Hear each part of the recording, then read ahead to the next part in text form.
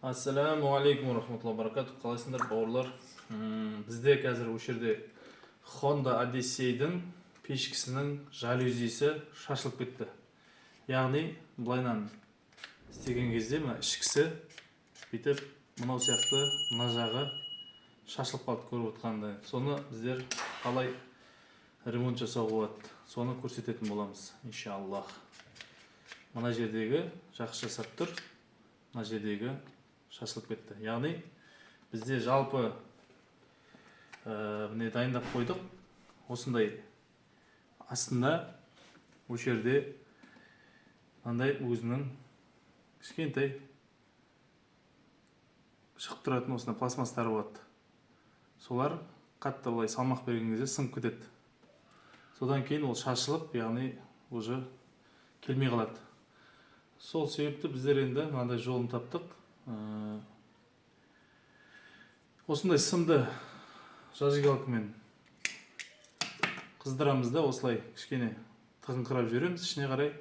Сосын осы жерден қазір кесіп тастайтын боламыз, шауып. Бізде осы жерде тек екеуі сынған. Екеуін де осылай тығып қойдық. Осы жерден екеуінің қазір кесіп аламыз да, соны қайтадан орнына отырғызып, мынау сол мана пластмастың мақсатын орындайды. Бұл жерде тек мақсатын орындаса болды бізге. Біздің мақсатымыз. Принцип работы. Как бұйырса соны жайлап істейтін боламыз. Примерно осы жерлерден шауып аламыз.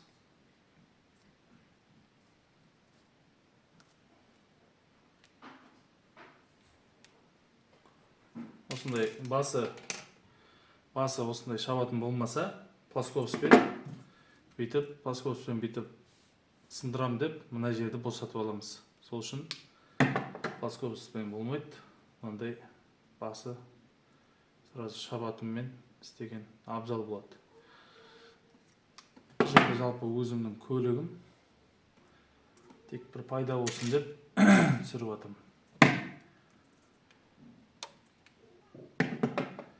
Так, енді осыны жалпы шашқан кезде негізінде бір видеоға түсіріп, қалай тұрғанын бәрін көріп алғаныңыз дұрыс болады.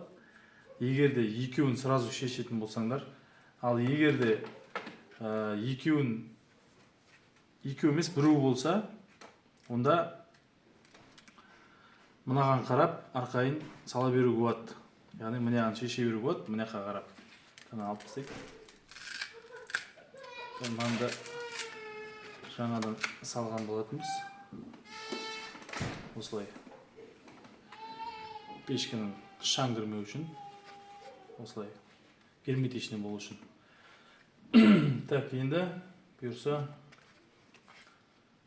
қазір жинаймыз иншаллах. Так, бізде жаңа айтқандай осыған қарап жинаймыз. Так.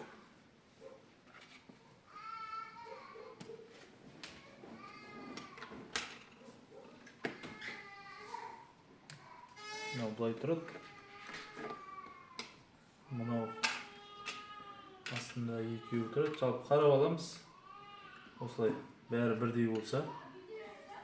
Мынау кішкентайы сопақтауы үстінде тұрады екен. Және ол өзінде осындай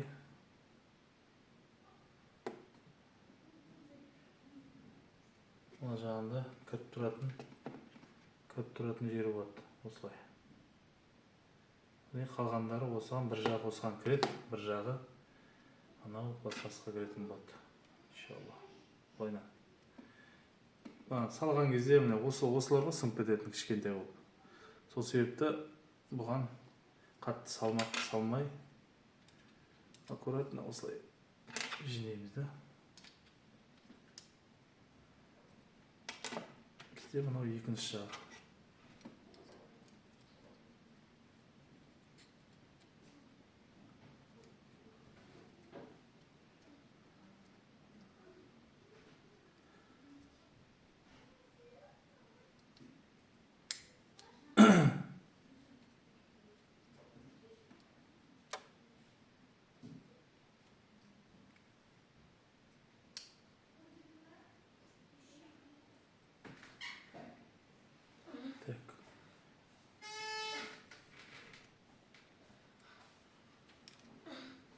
разницалар бар екен жалпы.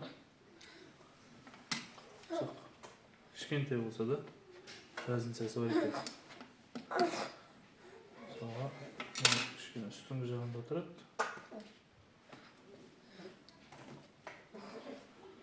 Астыңғы жағында тұрады екен.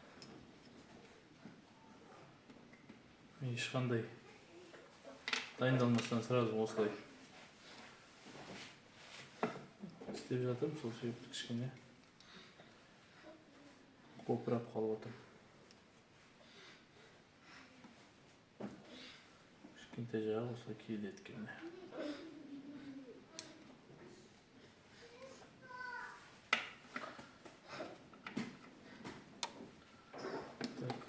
Енді бізде мына жағы.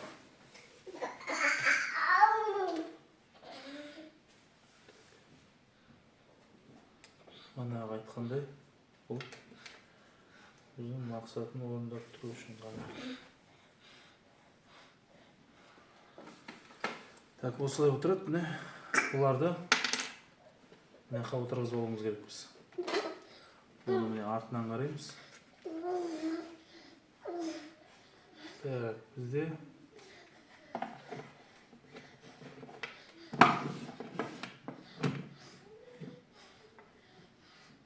мынау былай отыру керек.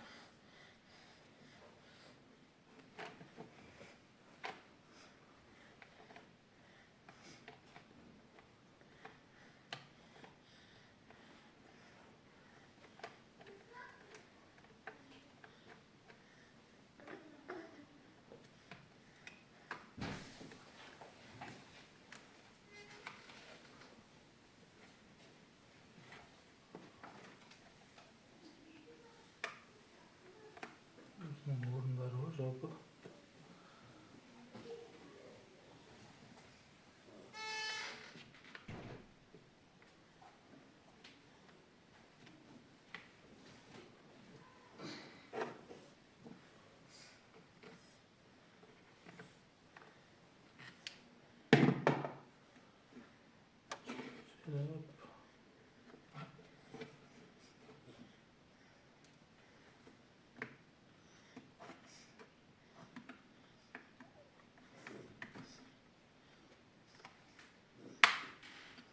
Міне, бізде міне орнына отырды, көрдіңіз ба?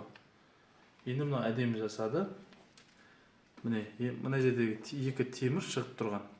Сол манағы, мына екеуінің мақсатын орындап тұр. Жалпы, бірінші қарағанда тек осыған клей құйып, жабыстырып тастауға болады сияқты көрінеді, бірақ ол олай емес екен. Негізінде клей құйсаң, мынау мен мынау екеу клей жабысқаннан кейін былай істеген кезде клейді сындырып жібере береді. Неге десең, ол жерде былай айтқанда бір түсініксіз, енді маған түсініксіз, жалпы бір түсінетін болса, жалпы мына жерде мынау жабысып тұрмау керек, яғни бұл ойнап тұру керек бүйтіп. Сол себепті мен осылай ойладым. Осындай темірді осыған прямо қадап жіберсем, ысытып, сол кезде бір мақсатын орындайды. Енді қарасаңыздар, міне әдемі істеп тұр. Енді ішкі жағын жинаймыз, Алла қаласа. Міне мынау да сөйтіп әдемі ойнап тұр. Даже мынау одан да жақсы ойнап тұр. Дауыс шықпайды. Мынау кішкене қышырлаған дауыс шығады. Себебі мынаны мен жаңа шешкен кезде жақсылап жуып, шайып салған болатынмын. Сол себепті кішкене бір айырмашылық болып тұр. Мынаны байқасаңдар, кішкене дауыс бар, мынада ешқандай дауыс жоқ. Енді жуылған көрініп тұр. Бір жуу болу керек. Шешкен кезде сірә бір пайдаланып. Енді Алла қаласа мына жағын саламыз.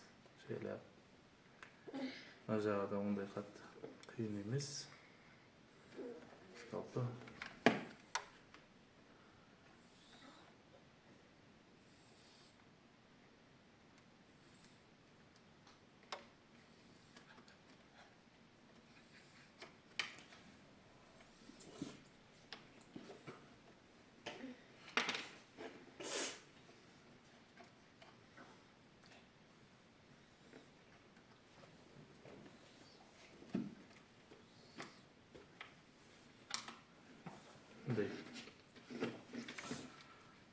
міне енді осы төртеуін мынаған салып киге жіберсек сонымен шаруа бітейін тұр. Енді Алла қаласа кішкене мынандай мелочь жұмыс болғаннан кейін кішкене қиындау болып тұр.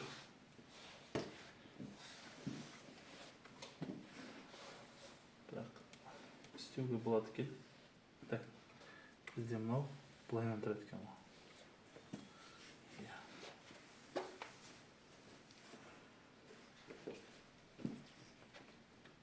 Бәрі негізінде бір шығып кете бермейді, нормально бір дұрыстап отырсаң, әдемі отырылады екен негізінде. Істеп жатқан еңбегін түсінеді екен жалпы. Енді қараңыз, міне әдемі істеліп тұр. Мана осы деп істеген кезде мына как раз менікі ортасы сынып кеткен еді. Ортасы деген қарап отырсаңдар көрінсе егер мына ішіндегі бетіп келген вилка сияқты нәрсесі сол дәл ортасындағы ұстап тұр. Бүйтіп ортасын істеген кезде қапталында екеуін, төртеуін, яғни мына қапталында екеуін, мына қапталында екеуін соны бірге алып жүреді. Сол ортасы сынса, уже ешқайсысын алып жүре алмайды деген сөз ғой. Міне ортасы деп отқаны мынау жаңағы. Оны мен мынаны шешіп жатқан кезде мынаны да сындырып алдым. Қаттырақ кішкене күш салып. Сол үшін мынағанда міне екеуіне салған жайым бар. Енді міне Аллаға шүкір әдемі істеп тұр, мақсатын орындап. Бұл жалпы енді тек қана жел шығарса болмай ма деген сияқты әңгіме болады. Кейде мысалға қатты пеш ұрып тұрған кезде бетің өрт тұрса, я болмаса кондер бетің өрт тұрса, бір комфортты емес та, былай айтқанда бетің өрт тұрады. Сол үшін мынау өте керек. Бет астына да түсіруге болады, мысалы жауып тастауға болады, көтеріп қойсаң болады. Енді бәрі біледі ғой, жалпы тағы да айтып кетіп жатқаным. Міне осылай әдемі істеп тұрған жақсы ғой негізінде. Кішкентай уақыт бөлсеңіз істеп алуға болады да, ешқандай ақша шығармай, өзіңіз бір теңгеде шыққан жоқ. Бәрі міне кәдімгі обычный. Осы бір сыммен бітті шаруа. Үйде сірә любойыңызда плоскопс бар. Міне осылай тек шашасыңыз, осы видеоны қарап, дәл осылай істеп алсаңыз, міне альхамдулилля бәрі жақсы. Бұл да енді любой машинаның өзінің несі әртүрлі ғой. Біреу оңай шешіледі, біреу қиын шешіледі. Әйтеуір шешіп алсаңыз, осылай қолыңызға алып, ыңғайлы қылып, үйде отырып алып істеп алсаңыз болады. Ал машинде отырып істеу кішкене ыңғайсыздау екен. Мен машинде істетсем деп ойлап едім. Машинде келіспеді. Бәрі сықы істеп тұр. Енді қайтадан орнына салатын боламыз. Міне Honda Odyssey'miz осылай шешіп алғанбыз жалпы. Енді бұйырса қазір осыған отырғызамыз. Бірінші міне панелін жалпы шешкен кезде, жалпы былайынан тұрғанда, мысалға былай тұрған кезде мына шеттен бастап жайлап любой плоскость болсын, отвертка болсын жайлап шетіне осылай клипсімен шешіледі. Жалпы ешқандай болт шуруп тұрмайды. Өзінің клипсілермен шешіледі. Сосын мына жерде жайлап мына жағынан қолыңыз тығып, мына бір стикері бар, мына общий дисплейдікі, мына екіншісі бұл мына жерде аварийкінікі. Ана аварийкісінікі. Енді бұлайнан 6-5 шуруппен тұрады. Астында дисплеймен бірге қатырылатын жер болады. Сосын өзінің 2 шурубы болады. Соны қазір орнына қатырамыз.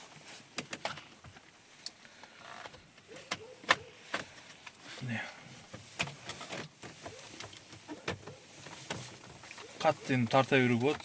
Болмайды, неге десең жақта светтің штикері бар, желательно тартпаған жақсы.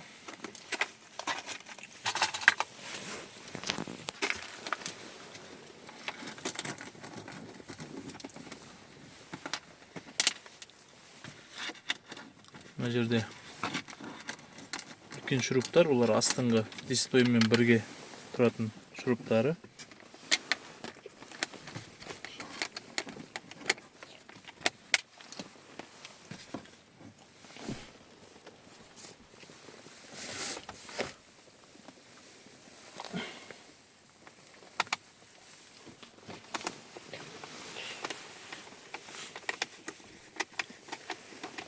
Ақ дисплей, сол астына мынау кіріп, екеу бірге қатырылады.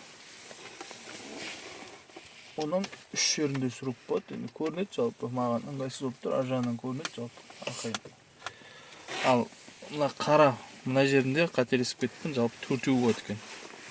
Әрқайсысын 2-2-ден ұстап тұратын. Кішкентай болады бұның шурубы. Осылай кішкентай отвертканың өзі болады. Бір отверткамен бітіп отыр шаруа.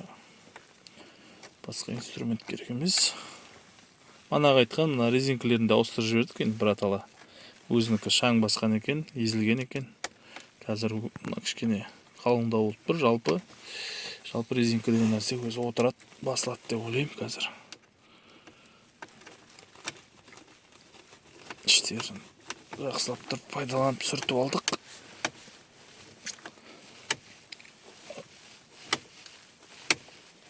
Негізі туға кетті ау деймін. Солай болмау керек еді. Так, енді салардың алдында жалайтыны сүртіп алайық. Іштерін шаңынан заттан шешіле бермейді ғой күнде. Іштерін бір сүртіп жіберейік. Таза ауа келсін. Кейде осылардан бір жаман ауа шығады. Бұл кондер ұрған кезде кондер жақтан салқын болып, кішкене влажный болып келеді. Влажный болып келген кезде мына жерде жабысып тұрған шаңмен араласса, бір сыйырыстың иісі шығады. Соны байқайтын шығарсыз. Сыйырыстың иісі шығады. Сол сыйырыстығын осы тазалап тұру керек. Одан кейін ар жақта тағы да оның фильтрлері де бар. Кондерға қатысты, пешке қатысты. Соларды бір тазалап тұру керек. Бір салғаннан кейін бір тазалап жіберу керек. Шамы келсе көрінбей тұрса да жалпы таза болып тұрған жақсы. Енді міне болдық. Енді мынаны жайлап бүйтіп салатын боламыз. Мына жерден жалпы штикерлерін салсақ болды. Мақсат ана айтқандай бірінші штикер кетті. Екінші штикер мына жерде тұратын еді. Болды. Екі штикері бәрі болды. Мына кішкене отырмай атқан мына резинканың қалың болғаны кішкене. Бірақ резинканың аты резинка. Оны итерсең езіледі. Сол себепті өзінің несіне отырды арқайын.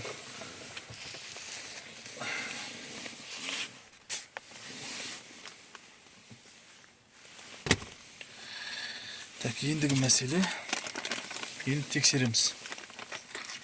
Тексеріп жіберейік.